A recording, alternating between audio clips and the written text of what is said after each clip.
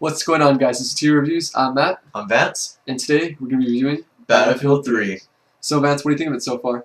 The game itself is amazing, hands down, Best game of the year? without a doubt.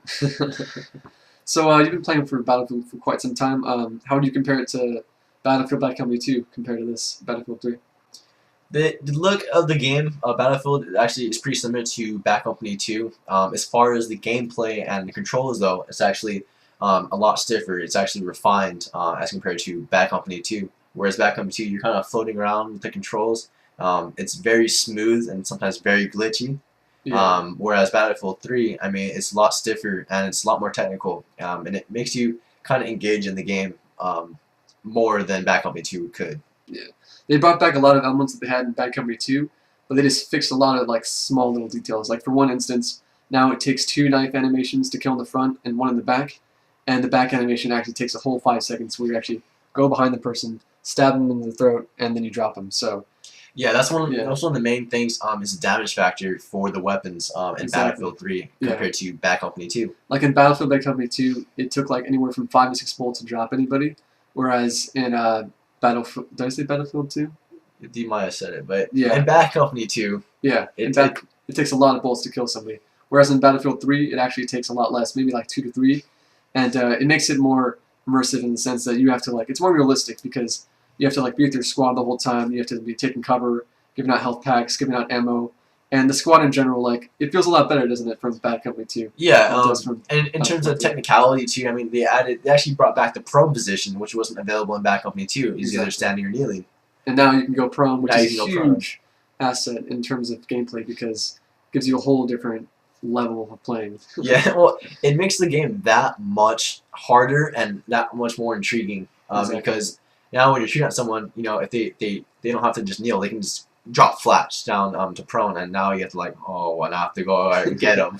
I have to go on their level now. Yeah. And in terms of squad base, you can always now you can join other people's games. We're playing on the PC, but we had some trouble with Origin. I found that when you're playing with more than 3 people and you try to go on the same team, that you won't join. You'll join the game, but you'll be on different teams, which is kind of a bummer. They should have had a little bit more maybe implementation. Yeah. I'm not too impressed with Origin so far. Like you were saying earlier, how it's kind of a little bit cluttered. It feels like there's just too much going on. You have to launch Origin, then you have to launch the web browser, and in the web browser you can launch single player, co-op, and multiplayer, and then from there it launches the game. And that takes anywhere from 2 to 3 minutes, whereas before you could just start hop the game on and go into the server, which is it's really counterproductive. I don't really know why they make you jump through hoops just to start the servers and get into the game. I mean, exactly. Yeah. You'd rather just click and go. I mean, it's nice that they have battle log now. It shows all your stats, what guns you've unlocked and whatnot, and your rank. But I would have taken in-game servers for it. But what can you do? I think they just wanted to implement Origin as their new, kind of their new Steam. So this is how they have to do it. So yeah. And since we're talking about servers and everything, we'll jump into the Frostbite 2 engine. Exactly. Which is a total destructible environment. Yeah. They've just amped it up even better. Bad Company 2 was amazing, but this is just on a whole nother level. Every single little detail on the map can just be blown up now. You've got your jets flying over. They have their Gatling guns, and you have your helicopters, and everything's just exploding. It's like big, huge Michael Bay movie, Yeah, pretty much. And it's Cloverfield. Exactly. Yeah, and just some of the best experiences in the game is just watching other vehicles explode in the air, raining down on you, and just seeing some of the buildings just demolish in half. You fill it with C4, then boom, the whole thing just blows comes collapsing down. It's amazing. Yeah, it's also nice too because you mentioned the jets. They brought back the jets. They brought jets finally. They had it in Battlefield 2, but now they finally bring it back to Battlefield 3. Yeah, and they have all the the tanks, the little quads, and the hogs and everyone. They have ATVs. It's nice because they brought back the vehicles and they pretty much reamped them. The jets are just amazing. It feels so nice, flying around, so fast, and it's something in itself to behold. It feels like a totally different game. You're in a jet. That's the thing too. In terms of if you were to compare it to Modern Warfare 3, Modern Warfare 3 is strictly guns versus guns, and this is just on a whole other level because it's a war simulation. Modern Warfare 3 is arcade shooter compared to this. This is just the maps are 5 miles apart. You know, Yeah. sprinting from one end to another. You're not going to be able to do it without getting killed by some sniper. You know, but it's huge, and that's another thing to compare it to like Modern Warfare 3. Modern Warfare 3 is fun, but it doesn't feel like the same type of genre almost. Like, you know, Yeah. Battlefield 3 is in competition with Modern Warfare 3, but not in terms of gameplay, more in terms of just general audience, I'd It's say. general audience. I mean, it's kind of hard to describe because they're both first-person shooters. They're going after the FPS audience, but at the same time, the two games are tailored and totally different. Yeah. And I think just DICE did a really great job at targeting the audience that they wanted to get, which is, you know, not, you know, shooter fans. shooter fans, and, you know, some real life, you know, simulation, some reality involved, but it's not to the point where it's, you know, one shot and you're gonna bleed out to death and you're just done. You know, it's still a game and it's still entertaining and engagement. Yeah, and guns. You know, guns are like the reason we all play first-person shooters. Exactly. And a lot of the guns returned from Bad Company 2. They have like the F2000. They've got the Scar H back. Heck They've yes. got the AKM, which is pretty nice. The PP2000. Exactly. And it's pretty much the same in terms of Bad Company 2, how they used to level you. You have 1 through 50. And then you also can level up your primaries now.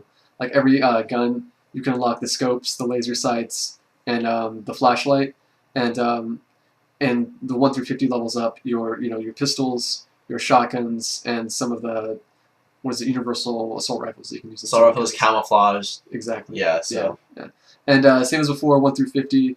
No prestiges. Just going through. It's going to take you just as long probably to get to 10 prestige in Modern Warfare 2 as it is to get to level 50 in Battlefield 3.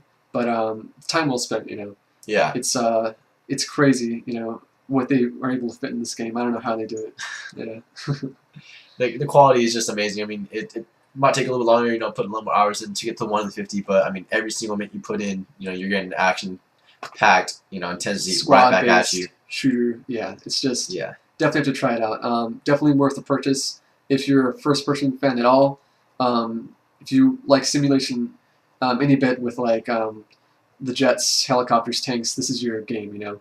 If you are a Modern Warfare fan, you know, I still recommend to try it, but just it's not as fast-paced. It's still a slower. At times, it's fast-paced. I mean, because you got games, you know, ranging 10 to 15 minutes, and it can either go by really fast or it can go by really slow, especially on the larger maps. I mean, exactly, they're 5 miles long. You can run the whole entire thing, and it's the intensity will still be there. I mean, you can't get out of it. I mean, Modern Warfare, you have arcade, you're jumping up and down. You can do 360 no scopes. Yeah. With this guy, I mean, you have to really take some more time. You have to strategize more. Strategize. You have to be with your team. Like in Modern Warfare 3, it's you can go one-man army. You know, you can carry your whole team of 6 people, and even if everyone else is doing bad and you got your AC 130, then you can win. But with this, you have to stay function in your squad. And if you stay out of your squad, then you're gonna get crushed by another squad. Exactly. If you have one squad that's working well together and you guys are just all over the place, you know, shooting whatever that moves, you guaranteed 100% of the time you're gonna lose. It's just the way it is. I mean, because squads are pretty much what the game is built around. You know, having cooperative experiences and playing. And that's what, you know, Battlefield focuses on. Yeah, it really is a great game. This has been TIOReviews. Thanks for watching. Remember to rate, comment, and subscribe. And 2 thumbs up. See you next time.